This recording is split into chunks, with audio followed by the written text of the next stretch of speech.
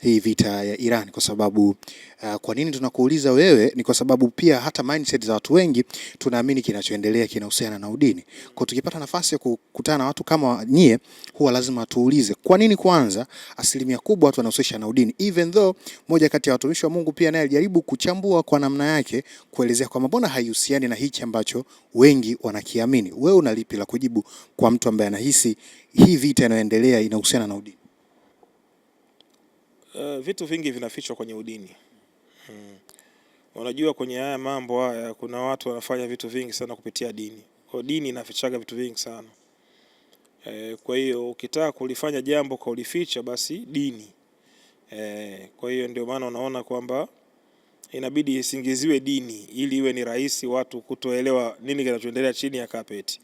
Lakini siku hizi dunia iko wazi, rais anaongea wazi, yule tunataka mafuta. Mnajua Irani kuna mafuta. Kama ni dini, Kongo wanaitaka ya nini? Yaani hiyo vita ya Kongo ni nini? Kwa nini vita haiishi Kongo? Si kuna maswali madogo tu kama haya kujiuliza. Kwa hiyo mwisho wa siku hiyo dini ni sababu tu mojawapo ya kuzuga watu, lakini mwisho wa siku wao wenyewe wanajua kabisa kwamba tunapambana lengo tuchukue mafuta yaliyoko Irani, lakini pia nchi zote zilizoizunguka Irani, nchi ambazo zimezunguka mafuta, na pale ndo kuna mkondo. Ndio maana mwamba pigo la kwanza alifunga koki pale kwamba hakuna kupita mafuta ya aina yoyote katika ili eneo langu kwa sababu nipo kwenye matatizo.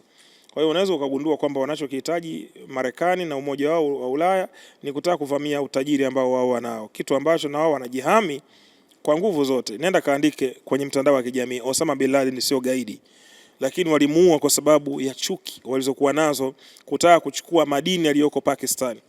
Pakistan kuna madini mengi sana ya kutengeneza nyuklia. Kwa walikuwa wanayahitaji, watayachotaje?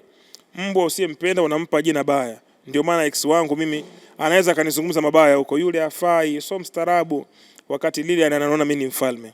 Iko hivyo ndo dunia.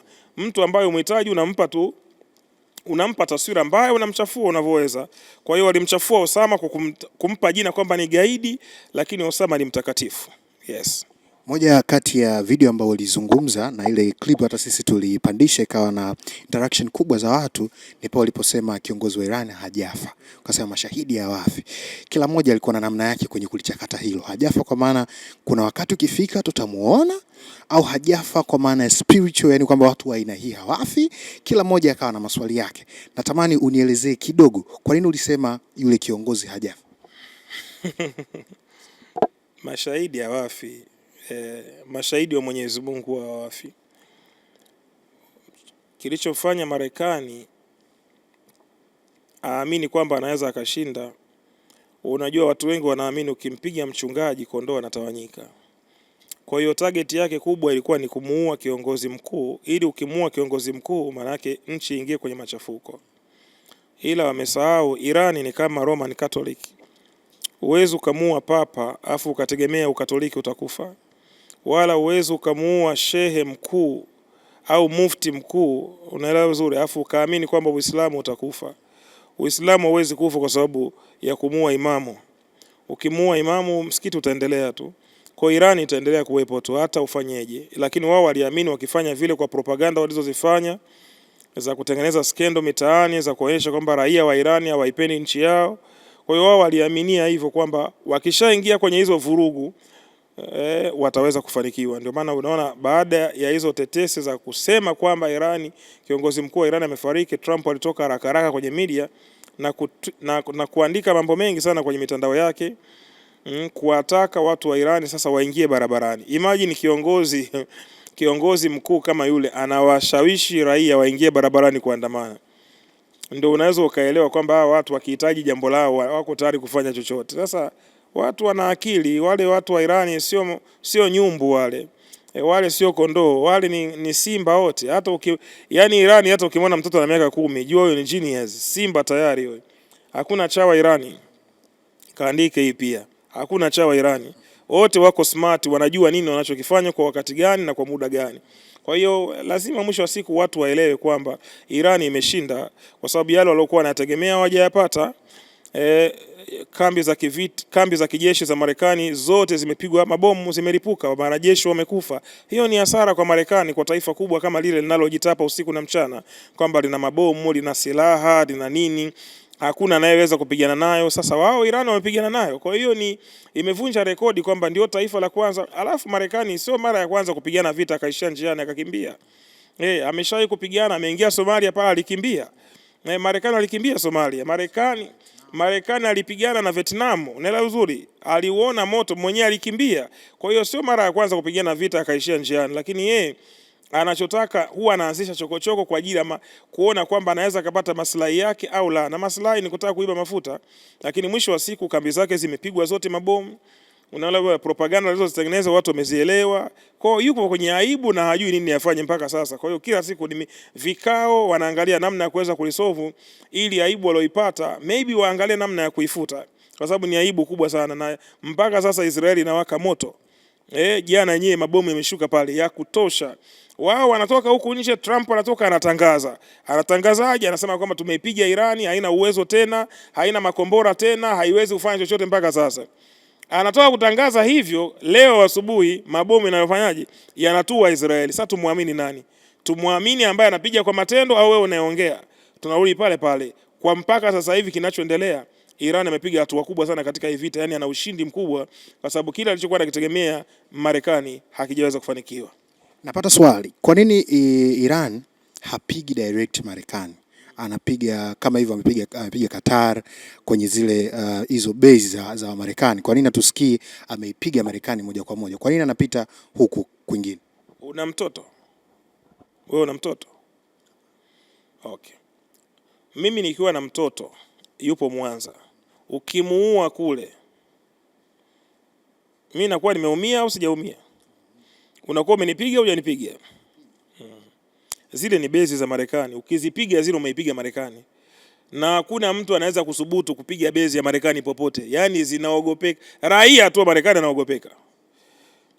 Yani ukisikia tu huyu ni raia huyo United States of America, yani hivi, unaelewa vizuri. Sasa wewe unapiga hadi bezi uogopi? Yani wewe unajiamini nini mpaka unapiga bezi ya Marekani? Irani anatisha kaka, lazima tuelewe, na ameithibitishia dunia kwamba Marekani ana porojo nyingi, ana maneno mengi, lakini mwisho wa siku power alionayo Irani ameionyesha kwamba yeye ni mwanaume. Unaelewa vizuri. Kwa hiyo wale ni Marekani wanaopigwa pale, hata kama kambi iko Dubai, hata kama kambi iko Jordan, unaelewa vizuri, hata kama kambi iko popote pale, ni Marekani tayari. Marekani akipigwa popote amekufa, ni Marekani huyo. Huwezi kusema kwa sababu bomu halijafika Marekani basi Marekani hajapigwa. Sio kweli. Umeuawa ndugu yako, wewe ndugu yako Adamu akiuawa China, si ameuawa tu bado. Huwezi kusema angekuepo Tanzania ndo ningeamini ameuawa. Hata kama huko China, ili mradi ameuawa. Kwa hiyo kupigwa kwa kambi za Marekani sehemu yoyote zilipo tayari imepigwa Marekani. Ndio maana kuna ubalozi, kuna kambi. Manake ukipiga ubalozi wa Marekani manake umeipiga Marekani, ukipiga kambi ya Marekani maana umeipiga Marekani. Kwa hiyo wamepiga kambi zote hizo. Huu ni ushindi mkubwa kwa Iran. Yes. Unafikiri hii vita itaisha na itaishaje? Kwa sababu kwa mtazamo ya kawaida sisi wa Afrika pia kuna namna tunaumia, kama hivi ninavyosema, wazalishaji wa mafuta wale tayari baada ya vita kuanza tu kwa muda mfupi tu mafuta yamepanda na vitu kama hivyo. Hii vita itaishaje? Kizingatiwa pia Irani wenyewe kama ambavyo umekuwa ukizungumza na kama ambavyo tumekuwa tukiona, wao hawaogopi kufa. Yaani kwamba tuendelee nyinyi ambavyo wanasema mnavyotaka ndio hivyo hivyo. Sasa tunawaathirika ni sisi. Kwa mitazamo ya kawaida, kwa kinachoendelea, unafikiri kuna ukomo utapatikana hivi karibuni? Hilo siwezi kuwa na jibu nalo moja kwa moja, kwa sababu vita ina tabia nyingi. Vita ina tabia ya kuanza na kuisha na kuanza tena. Lakini kilichopo hapa, hii ni vita ya milele.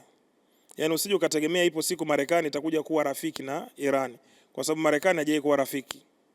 Yaani Marekani sio rafiki, kwa kifupi. Ni mtu hatari sana. Kwa hiyo wao washajua, kwa sababu ziko nchi nyingi za Kiarabu ambazo zina mfano mzuri. Zilijaribu kujipendekeza kwa Marekani, waliona walichokipata. Marekani ukiwa rafiki utakufa, na ukiwa adui utakufa. Ukiwa mbali naye atatafuta namna kukuua, na ukiwa karibu atakuwa kirahisi.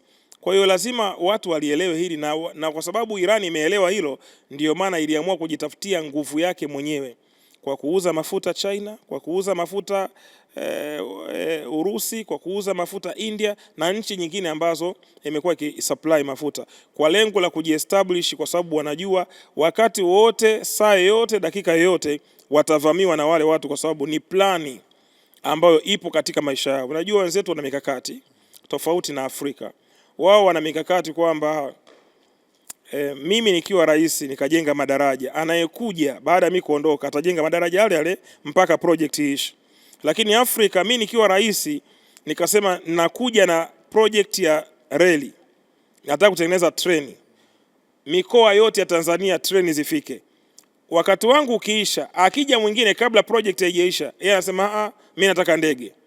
Anaua project ya treni, anakuja na ndege. Kwa hiyo tunajikuta badala kwenda mbele tunakuwa tunasuasua. Ila wenzetu ni tofauti. Kwa hiyo plani ya kuiangamiza Irani sio swala la bahati nasibu kwamba limeibuka tu, ni kitu ambacho kipo kwenye mkakati, kwa sababu kuna utajiri pale na wao wako duniani kuhakikisha sehemu yoyote yenye utajiri wanaivamia.